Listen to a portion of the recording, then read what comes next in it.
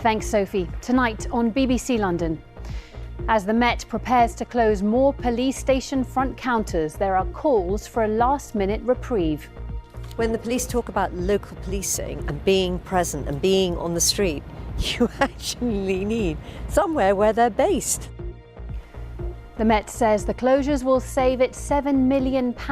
We'll let you know which counters are set to go on. Also on the programme.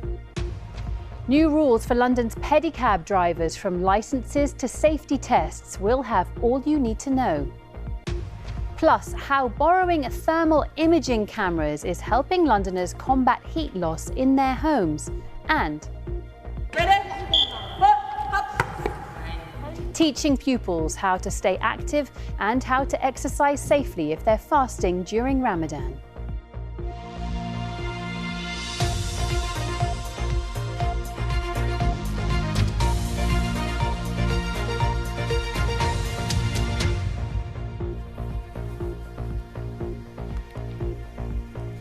Good evening and welcome. I'm Alice Bandukravi. Being able to walk into a local police station and talk face-to-face with an officer is going to become more difficult for some Londoners in just a few days' time. 10 front counters are due to close. Others will have opening hours reduced, and just 2 boroughs will have one that's accessible around the clock. The Met says it's facing a £260 million funding gap, and it's going to prioritise putting more officers on the streets instead. Well, with more on this, here's our Home Affairs correspondent, Sonia Jessup. Sonia. Thanks, Alice. Yes, just a reminder, the Mayor and the Met promised a front counter for every London borough that will be open 24 hours a day. Now, there are currently 37 front counters across the capital. From the end of this month, 10 of them are due to close, leaving 27. And next month, almost all of those will change their opening hours. They'll be available 10 a.m. to 10 p.m. on weekdays and 9 a.m. to 7 p.m. on weekends. Now that leaves, across all boroughs in the capital, just 2 with 24-hour front counters, Lewisham and Charing Cross in Westminster. And it's left some Londoners very concerned. Now, just a warning, there's some pictures in my report that some may find upsetting. This is Pinner Police Station, and these are some of the volunteers who run the front counter. They say their role is vital in helping vulnerable people who need face-to-face contact, including one elderly couple worried they were victims of fraud. They were in their 80s, husband and wife, very, very distressed. They're not people that could go online or do anything like that themselves, and we managed to sort everything out for them. But at the end of February, this front counter is among 10 across London that will close. Others will have their hours reduced. The borough of Kensington will be left with no front counters. The council's worried about the impact on residents and tourists who might struggle if they can't report crime face-to-face. When the police talk about local policing and being present and being on the street, you actually need somewhere where they're based. They can't be based in a office building and then you're not allowed to open the door and go in. Both the Mayor and the Met had promised that every London borough would have a 24-hour front counter. But now they argue these cuts will save around £7 million. And they say that just 5% of crime in London is reported at front counters. If a pile of extra money fell into our lap from the Chancellor, there are lots of other things that we'd be spending the money on before putting it back into front counters that have bigger effect on London. We'd be putting it into fighting knife crime, sexual exploitation. I'd rather a police officer out and about in our neighbourhoods rather than behind a desk. And that's one of the reasons why last year we had an increase in neighbourhood police teams. This year, that'll increase further. But in Pinner, the volunteers say that doesn't add up. The Met have said that they want the officers that are currently working on the front counters to spend more time on the streets of London. Well, the officers at Pinner Police Station are not on the front counter because it is led by volunteers. And so it doesn't cost the Metropolitan Police any money whatsoever. The Met has told them keeping the counter open would cost around £600,000 as the building needs safety and security work. But asked in a Freedom of Information request for a breakdown of those costs, said this was an estimate. Here in Wimbledon, the local MP says over 3,000 people have signed a petition against closing their front counter. Paul Kohler won a High Court battle in 2018 to prevent Wimbledon Police Station being closed. He'd been a victim of violent burglary and said he'd only survived because officers reached his home in minutes. Now he fears front counter closures will leave others vulnerable. Having a front counter which people can go into at any time for help is really crucial, particularly to the digitally excluded, people who haven't got a mobile phone, aren't on the internet. They need a police station they can go into. London's lost around 130 front counters since 2010. The Met is insisting these are tough choices it's having to make with a shrinking budget. Sonia Jessup, BBC London. Lots more to come, including... I'm a Queer Britain as it reopens with a new collection exploring the people, places and protests from our LGBT+ past.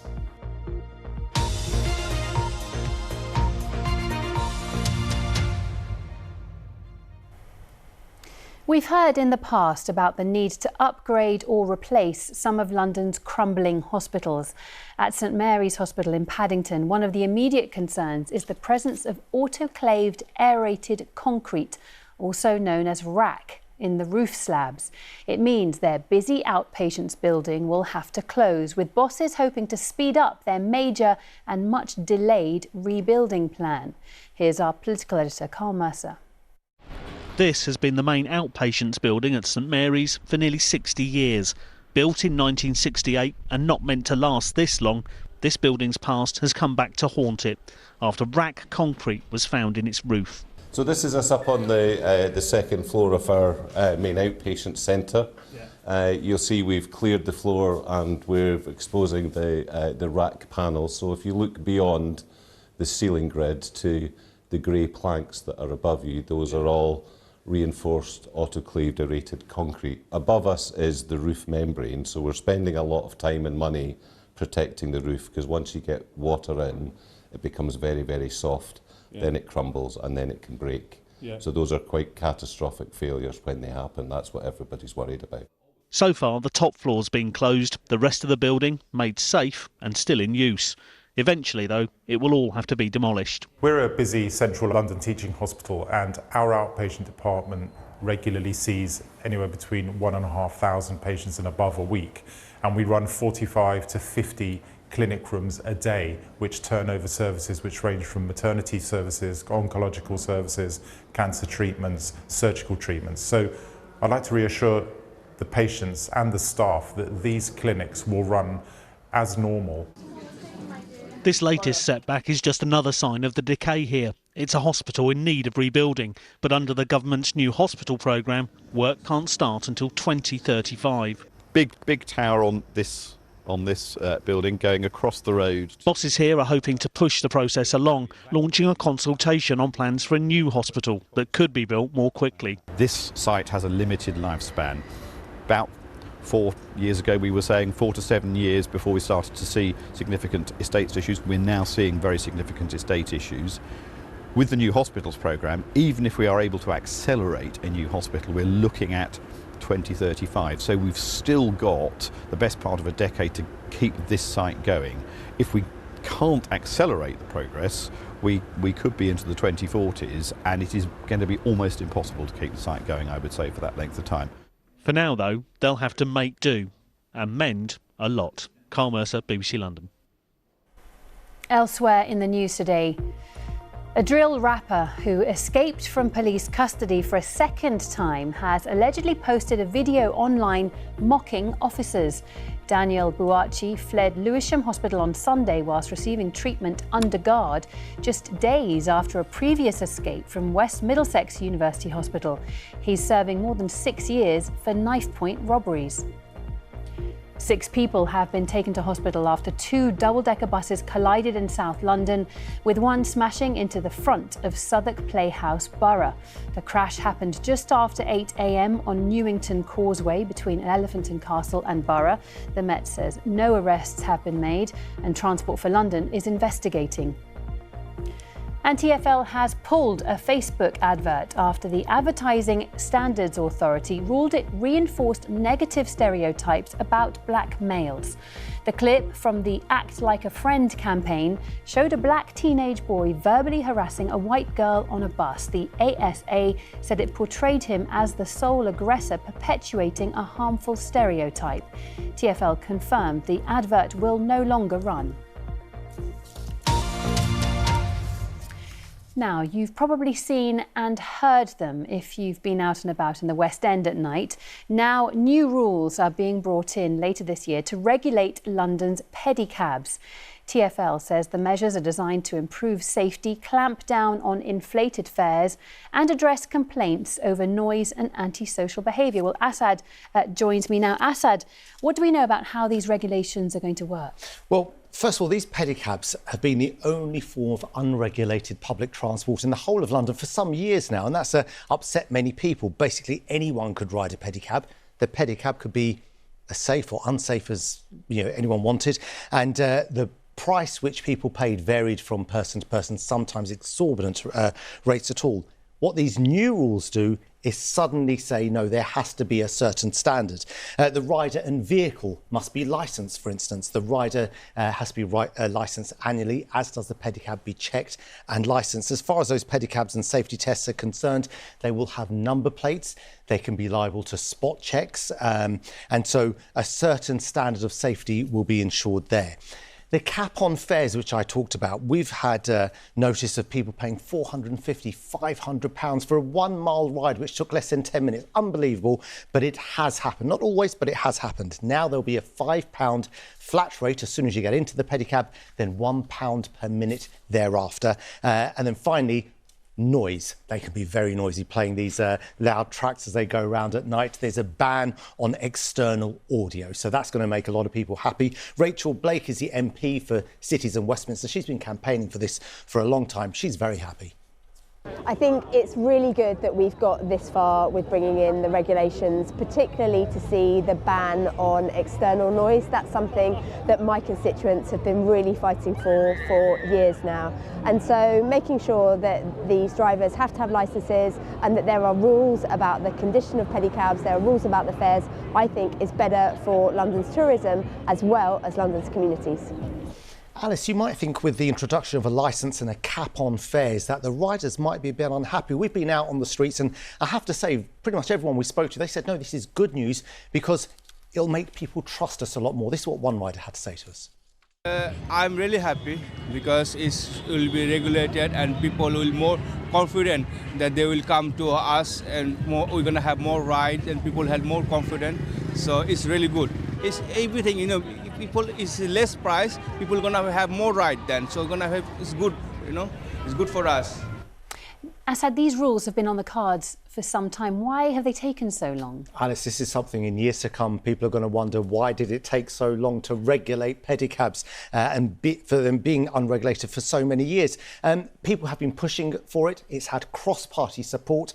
Parliamentarians have wanted to do it, but the law wasn't in place to allow London to impose these regulations. So back in 2024, the government passed a law, allowed London to impose these regulations. And now these will come into effect in October this year. And the reason why there's a delay between now and October, Will Norman, the Walking and Cycling Commissioner, sums up. So this is a whole new licensing system, and to do that we then have to work and ensure that the drivers get their licenses and the vehicles are safe and the operators get theirs. The fares will come in as part of that, but we need to start applying for their licenses straight away. Yeah, so people have to apply for the licences, get their bikes regulated and all that. So that takes a bit of time. So October is when we will see this come into force. Just to let you know, the Conservatives have also welcomed the introduction of these laws. The only thing they say is that we want to see how this will be implemented and what sanctions will be in place if riders break the rules. That's something we will find out about. But otherwise, later this year, new rules in place. And I expect we'll be covering any stories that come out of that regulation as well. Absolutely. Asad. Thank you. Lots more to come, including... We're with pupils in East London being taught how to safely stay active during Ramadan.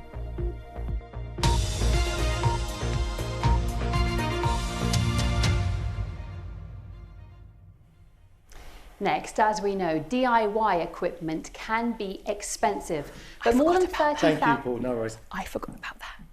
Of their local library of things. You can rent things like power tools, ladders and other items for a day or even longer, eliminating the need to buy it for yourself. One item that's unexpectedly proving a hit is thermal imaging cameras, which when you point them at something, show you a picture like this. Well, as part of the library scheme, the cameras are now free to rent over winter to try and help Londoners identify where heat is escaping and where there are patches of damp. Wendy Horrell has the story. At the Greener and Cleaner hub inside the Glades shopping centre in Bromley is a community advice clinic. Today's topic, how to lower your energy bills. And from the library of things, we can borrow the kit to help. This winter we made our thermal cameras free for people to borrow. Some people use it to kind of check what's been done and see if it's working. So thermal curtains, for example, draft excluders, that kind of thing. It's like quite an easy way that you can make that first step towards better insulation and then ultimately lower energy bills. 500 people have rented them so far, including Damien Burke, who wanted to check on the renovations he'd done to an old, cold house. Yeah, so you can see where it's red, it's keeping the heat in quite well. There's some sections that are slightly blue and they're a little cooler. Yeah. So that's where some heat is escaping. But the window, the performance of the skylight here is extremely good. Energy efficiency in the new part of his home has been radically improved. The temperature performance of the new windows is exceptionally good, but in the old part of the house we have some single glazing still, and I mean when it's like sub-zero outside, the glass there is pretty similar in temperature to the actual outside, whereas the glass in here will be pretty much similar to the temperature of the inside of the room, so that's quite a difference. Other people have used the thermal cameras to find drafts and cold spots in rental properties, information they can take to their landlord. You can show them the evidence of the issue and you together can apply for that funding for it to impact your flat. So even though you don't own that flat, you can get the funding for the energy improvement measures that your landlord can apply for with you. So it's not like you're saying to them, you have to bear all the costs. There is support there available if you're on lower income or on benefits. The aim is for a greener, more sustainable way of life that also benefits the environment. Wendy Horrell, BBC London. A look at some other stories now. In Essex, why residents living in a village near Stansted Airport have spent the past 2 years upset with holidaymakers. Over in Berkshire, and more on how Legoland Windsor wants to demolish one of its most popular rides that closed nearly 3 years ago. And in Hertfordshire, the lovely story of how volunteers have built a bridge to help them better care for a butterfly nature reserve. Those stories and more over on the BBC News app.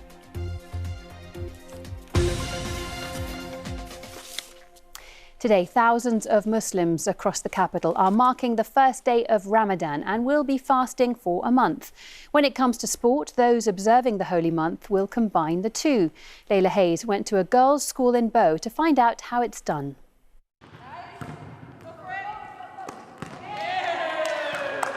It's the first day of Ramadan, but for these pupils in East London, that doesn't mean having to stop enjoying sport.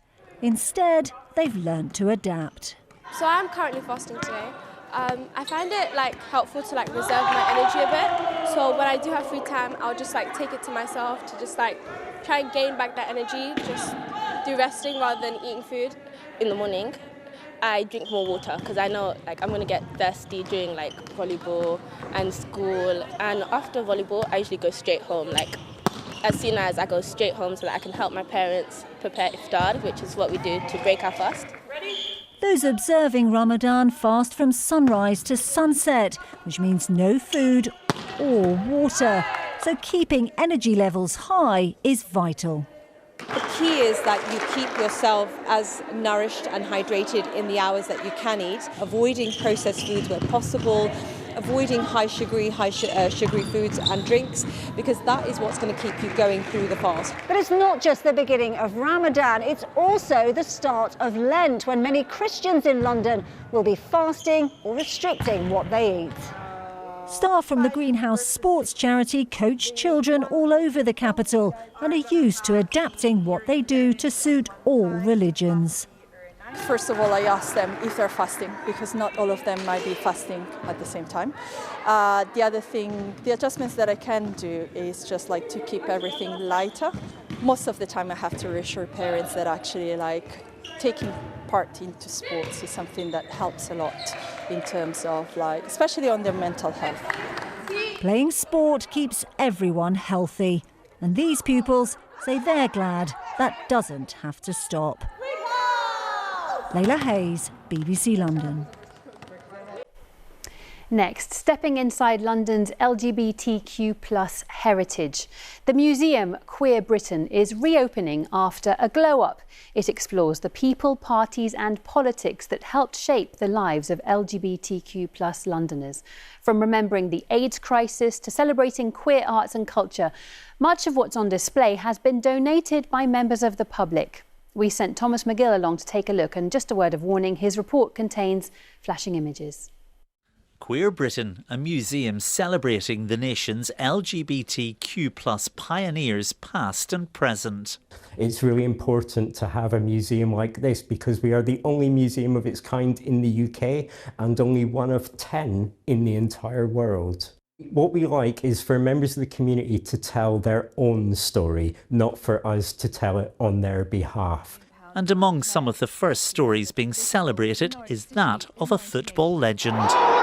This is the story of Justin Fashanu, who was the first black £1 million Premier League footballer in the UK, but also the first and still today only Premier League footballer to have ever come out. He was not really accepted by the Premier League, unfortunately, and not really accepted by many of the fans either. The tabloids often focused on his private life, but here he's remembered for his time on the pitch at clubs including West Ham and Norwich and the Canaries there, and we have their LGBT supporter group banner, the Proud Canaries there. Do you think the LGBT supporter groups like the Proud Canaries is part of Justin's legacy? Absolutely, because while Justin was playing, there was nothing like this at all. And I think if he'd had the support of groups like this, I think he would have had a very different experience. The museum also takes a moment to remember those who died from AIDS, with a panel from the UK AIDS Memorial quilt on display. Well, this extraordinary archive not only reflects on some of the darker times from our LGBT+ past, but it also explores the fun, culture, friendships and diversity from within the whole community. This is Club Cala, a night spot for the South Asian community, brought to life here by these vibrant outfits that once donned its dance floor. What we have here is a history of 30 years from photographs of some of the incredible outfits which combine the kurti and the sari, the kurti being the male shirt, the sari being the female dress, and some really kind of historical items celebrating an incredible nightclub. Much here has been donated by people keen to share their untold tales from the past. And with an archive full, bosses say there are many more stories just waiting to be told. Thomas McGill, BBC London. OK, time for a look at the weather now with Kate. And I can't believe we're still talking about the rain, Kate. It is still raining, Alice, yes. We've had a fairly decent day rain-wise, actually. It's been relatively dry until now. Anyone that's looked out the window in the last hour or so across London will know that there is some quite heavy rain, and it's going to be with us for much of the night. But this was earlier. It's been quite cloudy, very limited brightness really today, not much in the way of blue sky really anywhere, and it's going to stay like this through this evening and overnight. The cloud thickening as it goes, and like I said, the rain is already here. Now this is the progression of the rain towards us earlier on today. Now it's coming up from the southwest. Now eventually it's going to bring some milder air, but for now it's still pretty chilly. This yellow area, there is a yellow weather warning in place from the Met Office, valid until 8 a.m. tomorrow morning for this heavy rain. For Surrey especially, it's falling on saturated ground, so could cause localised flooding. The rain everywhere, however, it will slowly start to lift a little as we head through to dawn. Minimum temperature above zero, which is good with all this rain, between 3 and 5 Celsius. So ice not a problem tomorrow morning. Now, as we head into tomorrow morning, there is still a legacy of cloud. It's going to stay quite overcast, perhaps a little spot or two of drizzle. But on the whole, it is going to be dry through the afternoon. Now, it's really blustery tonight and into tomorrow morning. The wind slowly falls lighter as we head through Thursday. Temperature tomorrow 6-7 Celsius. So similar to what we had today, but the wind not quite as strong, so perhaps won't feel quite so cold. Now, overnight Thursday into Friday, the cloud will start to break up a little. There are a few clearer spells, but through the night, the wind slowly starts to switch. It comes from the west. Minimum temperature still fairly cool, between 2 and 3 Celsius. So a cloudy start as we head into Friday, but all this yellow area is chasing that colder air away. So the milder air moves in. I'm not promising sunshine, at least not much. You might get a few breaks in the cloud. There's still going to be outbreaks of rain, some showers, still going to be quite breezy. But as we head through Friday, temperatures go back up into double figures, and into the weekend, milder still. We're looking at 14 or 15 Celsius, so the mid-teens. And nighttime temperatures are also going to be very mild in comparison to what we've had. We're looking at them not dropping much below 9 or 10. So milder air is on the way, Alice. Some good news. Kate, thank you. Well, that's about it from me. You can read more on the BBC News investigation into grooming gangs in London over on our website. Assad will be here later with our 10:30 programme, but for now, from all of us here, good evening.